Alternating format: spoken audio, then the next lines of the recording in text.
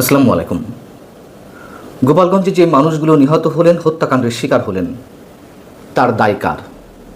কার জয় হলো, কার পরাজয় ঘটল? এই প্রশ্নগুলোর সঙ্গে সঙ্গে অবশ্যই এই কথা আমাদেরকে স্বীকার করতেই হবে, নিষিদ্ধ ঘোষিত ছাত্রলীগ এবং আওয়ামী লীগের নেতাকর্মীরা যে সন্ত্রাসী কর্মকাণ্ড ঘটিয়েছেন, যে হামলা ভাঙচুর করেছেন, অবশ্যই তার চরম নিন্দনীয়। কিন্তু পাশাপাশি তো এ প্রশ্নও ওঠে, যেই উস্কানি দিয়ে জাতীয় নাগরিক পার্টি এনসিপির নেতাকর্মীরা সেখানে কর্মসূচি ঘোষণা করেছিলেন, তারপরে আওয়ামী লীগের নেতাকর্মীরা চুপচাপ বসে থাকবেন, এটা তারা কীভাবে ভাবলেন? এটা ধরে নেওয়ার কোনো কারণ থাকতে পারে? এবং যে প্রশ্নটি শুরুতে করছিলাম, এই হত্যাকাণ্ডগুলোর দায় কার? আচ্ছা, শেখ হাসিনার বিচার চলছে, তাই না? কী কারণে বিচার চলছে? ধরে নিলাম 5 আগস্টের আগে যেই মানুষগুলো হত্যাকাণ্ডের শিকার হয়েছেন, সহস্রাধিক মানুষ নিহত হয়েছেন, তাদের কেউই অন্য কারোর গুলিতে নিহত হননি।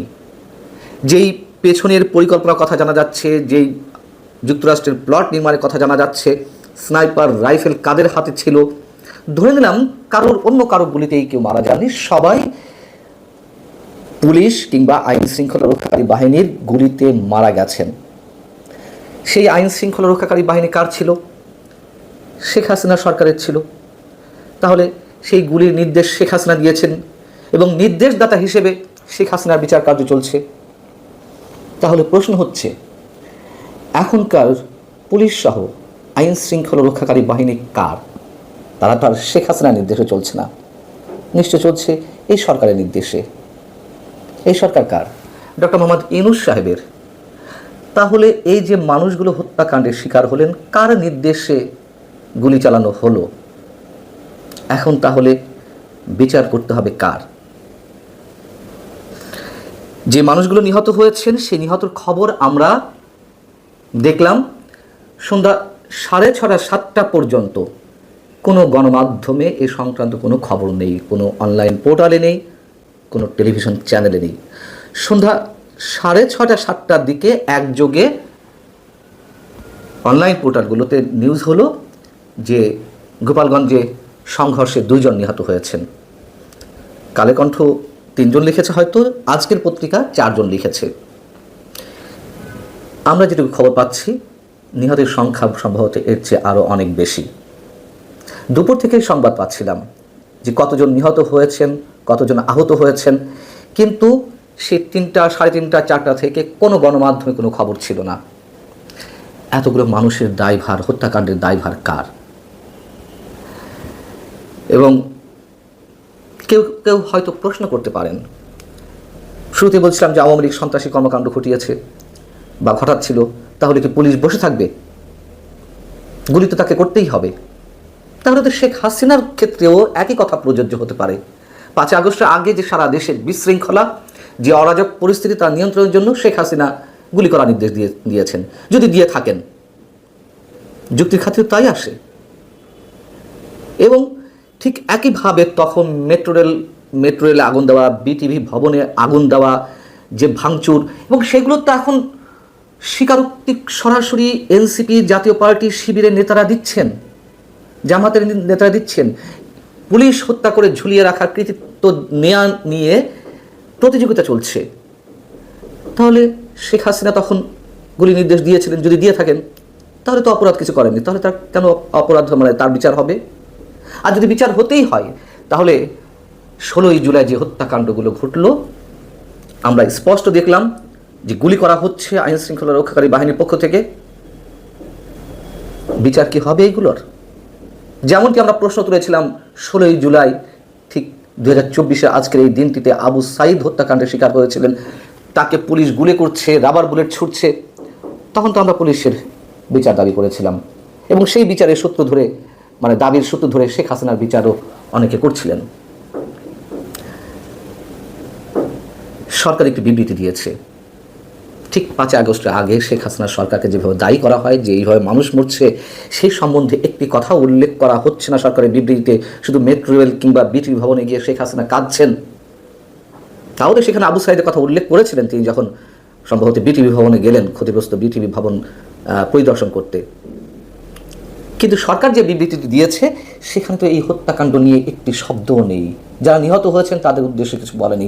কি বলা আছে সংক্ষেপে যদি একটু বলি, গোপালগঞ্জে যে সহিংসতা সংঘটিত হয়েছে তা সম্পূর্ণরূপে নিন্দনীয় ও অমার্জনীয়। শান্তিপূর্ণভাবে 1 বছর আগের বিপ্লবী আন্দোলনের বার্ষিকী পালন করতে আসা তরুণ নাগরিকদের উপর এমন হামলা তাদের মৌলিক অধিকার হরণের শামিল।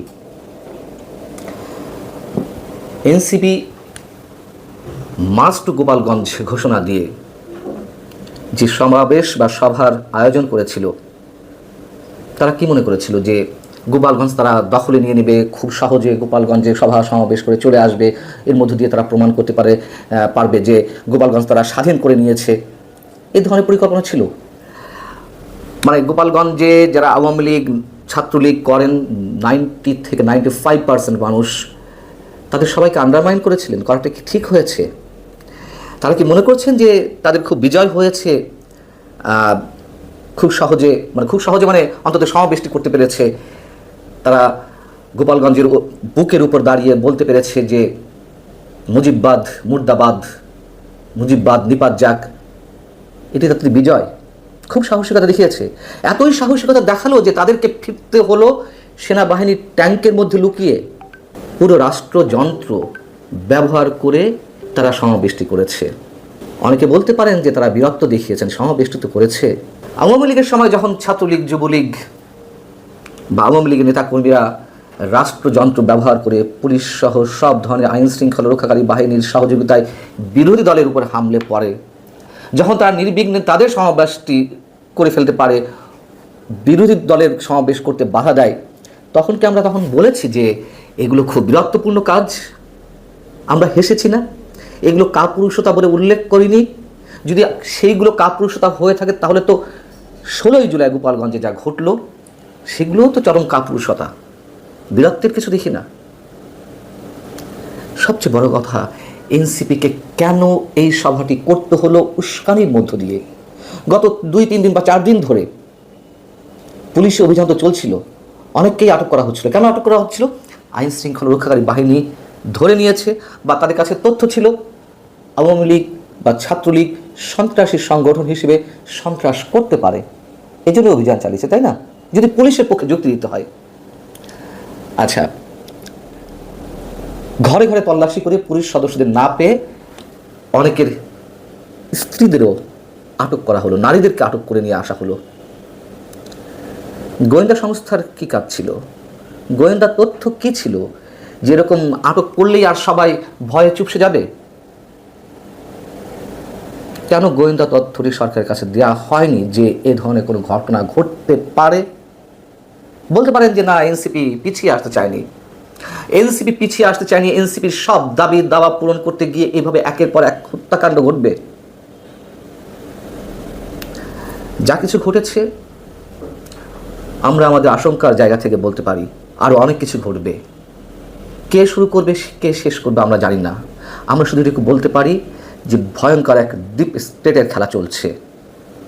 গোপালগঞ্জে কারফিউ জারি করা হয়েছে, কাল যে সরকারের পক্ষ থেকে অন্য কোথাও কারফিউ জারি করা হবে না তা তো আমরা নিশ্চিত করে বলতে পারছি না। আর নির্বাচন, যারা এখন নির্বাচনে আশা দেখছেন তাদের প্রতি আসলে আমাদের করুণা হয়। ভালো থাকুন সবাই, আল্লাহ হাফেজ।